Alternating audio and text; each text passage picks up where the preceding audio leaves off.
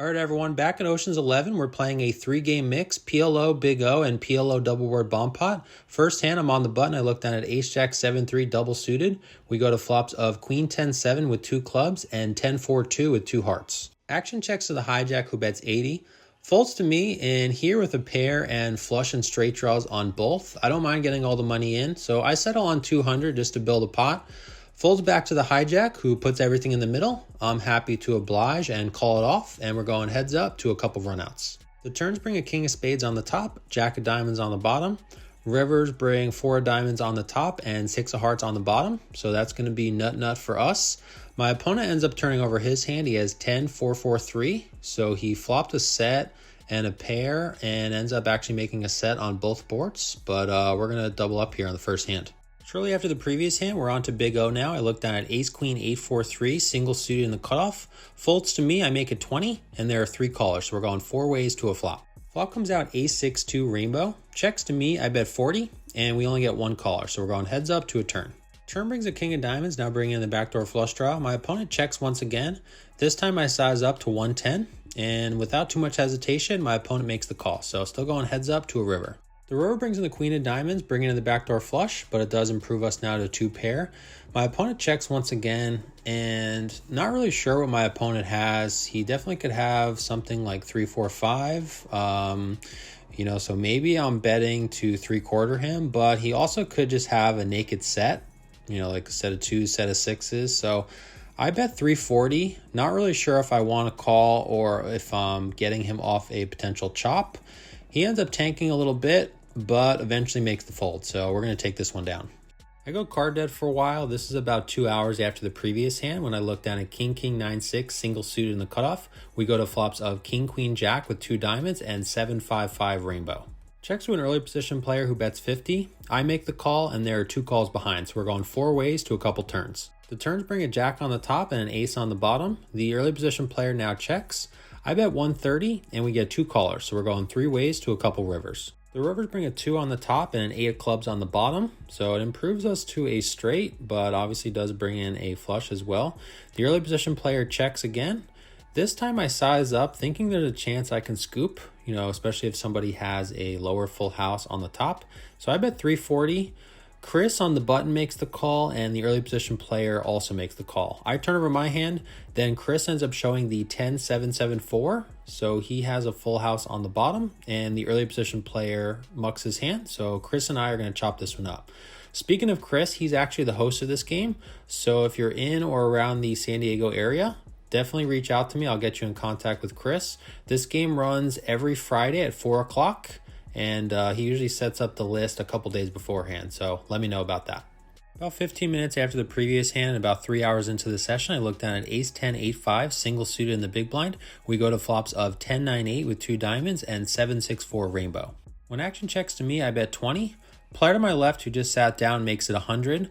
Folds back to me, and of course, having the nuts on the one board and 2 pair on the other, definitely can't go anywhere here, so I make the call, and we're going heads up to a couple turns. The turns bring the queen of diamonds on the top and 10 of spades on the bottom, so I got the 10 on the wrong board. I check, and my opponent quickly checks back, so still going heads up to a couple rivers. The rivers bring a king of diamonds on the top and 4 of clubs on the bottom, so obviously 2 pair on this board is most likely not going to be the best hand, and my opponent checking on the turn lets me know that he probably doesn't like the diamonds hitting, so I decided to turn my hand into a bluff and bet 240. And my opponent takes a sec, but flicks in a chip for the call. I turn it over just saying I have a straight and 2 pair. He turns over his hand. He has Queen Jack 6-6, so he has a straight and a full house. Might have been able to get him off the hand if he didn't fill up on the river, but he's going to scoop me here. About an hour after the previous hand, about 4 hours into the session, we're back to Big O. I look down at Ace-9, 4-3-2, single suit in the cutoff. Early position player limps. Next player makes it 50. 2 calls to me, I call, and 1 caller behind. So we're going 5 ways to a flop. Flop comes down Ace-6-2 rainbow. Early position player now bets 120. Folds to me, I make the call. Over to an early position player who only has about 460 left. He puts everything in the middle. Back to the middle position player who calls. And, if I call off this, then obviously I'm going to go with the hand. So I just put everything in the middle. and the middle position player, of course, makes the call. So we're going 3 ways to a run out. The turn brings an 8 of diamonds. River brings king of spades, so no help to us. The player to my right ends up turning over the ace 10 6 5 3. So me and him are going to chop the side, and then the early position player turns over the jack 10 10 4 3. So me and him are going to get quartered with the same low, and the player to my right is going to win the high with aces and sixes. What's up, guys? Wayne back here with you. So as I mentioned in the previous video, Josh and I are going to be in Chicago coming up. We're going to be playing the WSOP circuit at the Horseshoe Hammond on the 3rd. There's the PLO event, and then on the 4th is the 08, Omaha 8 or better. And we're hoping to see you guys there. The cash game should be pretty good. Both those tournaments are later starts, so probably going to be there playing some cash before then. And then recently added, we're going to be in LA the 8th through the 13th. Probably going to be playing at Hustler, and then either at the Gardens or Hollywood Park. Not yet confirmed, but if you're going to be in or around the area, definitely reach out to us, and we'll hope to meet up with you. If you have any questions, feel free to comment down below, and let's get back into it. I go card dead for about an hour when I look down at the ace 7 5 4 double suited in the big blind. Early position makes it 40, 3 callers, and at this point, being so short stacked, obviously double suited aces, I'm just going to go with the hand. So I make it 240, and all 3 players call. So we're going 4 ways to a flop. The flop comes down 8-8-5 with 2 clubs, so not the best flop, but definitely good enough to put my remaining 150 in the middle. So that's what I do, and there are 2 callers. So we're going 3 ways to a turn. The turn brings a 6 of diamonds, so a pretty good card for us, giving us a straight and now a flush draw and a low that's probably not going to be good. Both players end up getting all the money in on the side, so we're going 3 ways to a river. The river brings a 5 of hearts. Both players turn over their hands. Chris shows the ace queen queen 7-2. The other player shows the ace king queen 4-2. So Chris is going to win 3/4 of the side pot, but they're going to both get quartered in the main pot as I win the high with a straight. I go about 40 minutes after the previous hand until I look down at ace queen jack 8 single suited on the button. There are 3 limps. Folds to me, I make it 70, and there are 4 callers, so we're going 5 ways to a flop. Flop comes down king 10-2 with 2 clubs. Checks to me, I bet the full pot of 350. Over to the cutoff, who puts everything in the middle. I, of course, call it off, and we're going heads up to a run out. The turn brings a jack of spades. River brings an 8 of clubs, bringing in the front door flush, so I didn't want to see that. I turn over my hand, and my opponent turns over his. He has queen jack 10-10. So he flopped a set as well as an open-end straight draw, and we get there and get a much-needed double up. Shortly after the previous hand, I look down at king queen 9-8 rainbow in middle position. We go to flops of ace jack 10 with 2 hearts and ace 7-3 rainbow. When it checks to me, I bet 30, and only Chris makes the call, so we're going heads up to a couple turns. The turns bring an 8 on the top and a 3 of spades on the bottom. This time I bet 100, and he quickly makes the call, so still going heads up to a couple rivers. The rivers bring a 9 on the top and the ace of spades on the bottom, bringing in the backdoor flush. So still have the nuts on the top, but just have king high on the bottom. But I do have the queen of spades, which is definitely relevant now with 3 spades on board. So I bet 300, turning my hand into a bluff, knowing that most likely Chris is going to have the bottom board here. And he ends up tanking for about a minute, and eventually flashes the ace of clubs before throwing it into the muck. So I definitely think this is a situation where my tighter image helped me get the win, and happy to take down this pot here. Shortly after the previous hand, we're on to Big O. I look down at ace queen 10-5-3 double suited on the button. We end up going 7 ways, $50 each, to a flop of 6-5-5 rainbow. Action checks to me, I bet 140, and there are 3 callers, so we're going 4 ways to a turn. The turn brings a 7 of clubs, now bringing in the backdoor flush draw. And when action checks to me, although I do have the second nut low, still with the trip 5s, that card's going to definitely connect to a lot of my opponent's range. There's a lot of straights out there. Someone could definitely have a full house and just be kind of waiting in the weeds. So I check, and we're going still 4 ways to a river. The river brings a 9 of clubs, now bringing in the backdoor flush. The early position player now bets 200. Fold all the way to the cutoff to my right, who ends up making the call. And I've never played with this gentleman before. He's showed down some pretty good hands thus far. So I guess in the moment, I just kind of assumed that he had ace deuce or, at the minimum ace 3. But had I thought longer, I was actually getting the correct price to call with ace 3 because, I would get a little bit of a rebate even if I was getting quartered.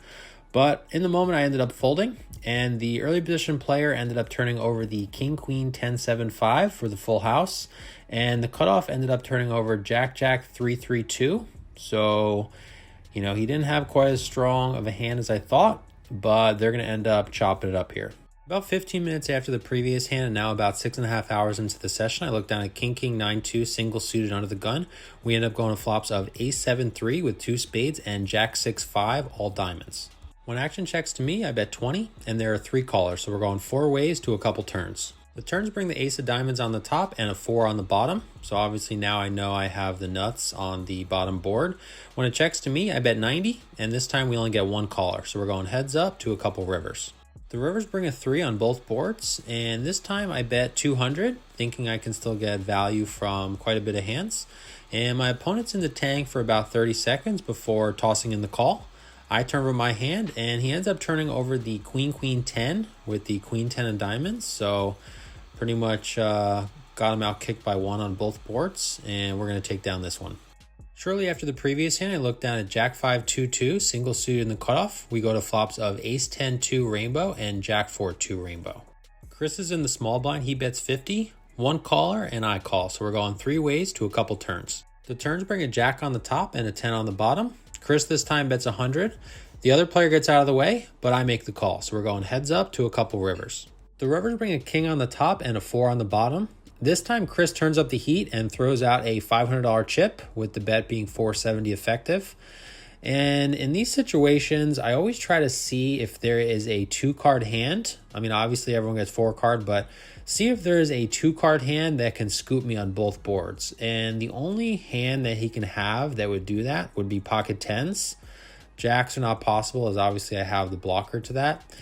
So I was thinking about that. I mean, I guess, a 3-card hand, he can have pretty much jack 4 along with the queen. That would scoop me as well. It was also getting close to the end of my session. So, that kind of played into my decision. I mean, it probably shouldn't, but, it does suck to lose a huge pot right before you're going to rack up. So I ended up folding, and Chris didn't show me what he had in the moment, but I kind of turned away and he ended up showing the camera. So I'll show you what he showed the camera, and he's going to take down this one here. Can't see it, but I'm going to show the camera. You can edit it later. He's going to go. Shortly after the previous hand, I look down at queen, jack, 4, 2, single suited in the hijack. We go to flops of 9, 4, 4 rainbow and 10, 5, 3 rainbow. Checks to the player to my right who bets 40. I make the call and everyone else folds, so we're going heads up to a couple turns. The turns bring a 3 on the top and an ace on the bottom.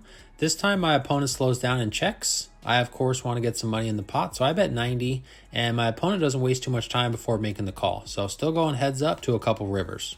The rivers bring a 2 on the top and an 8 on the bottom. My opponent quickly checks, but I get the indication that he's pretty strong and is most likely going to call whatever I bet.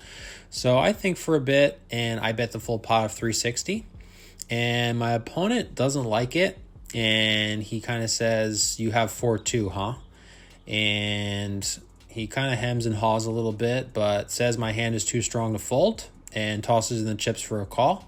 I turn it over, and he ends up turning over pocket 3s. So pretty unfortunate for him to have the set and the full house, and we're going to take down a pretty good pot here. What's up, guys? Wayne back here with you. So today I was in for 500, out for 27.58, so profit of 22.58. If you haven't seen the previous episode, I'm going to go ahead and link it up here, and I'll see you guys in the next one. Take care.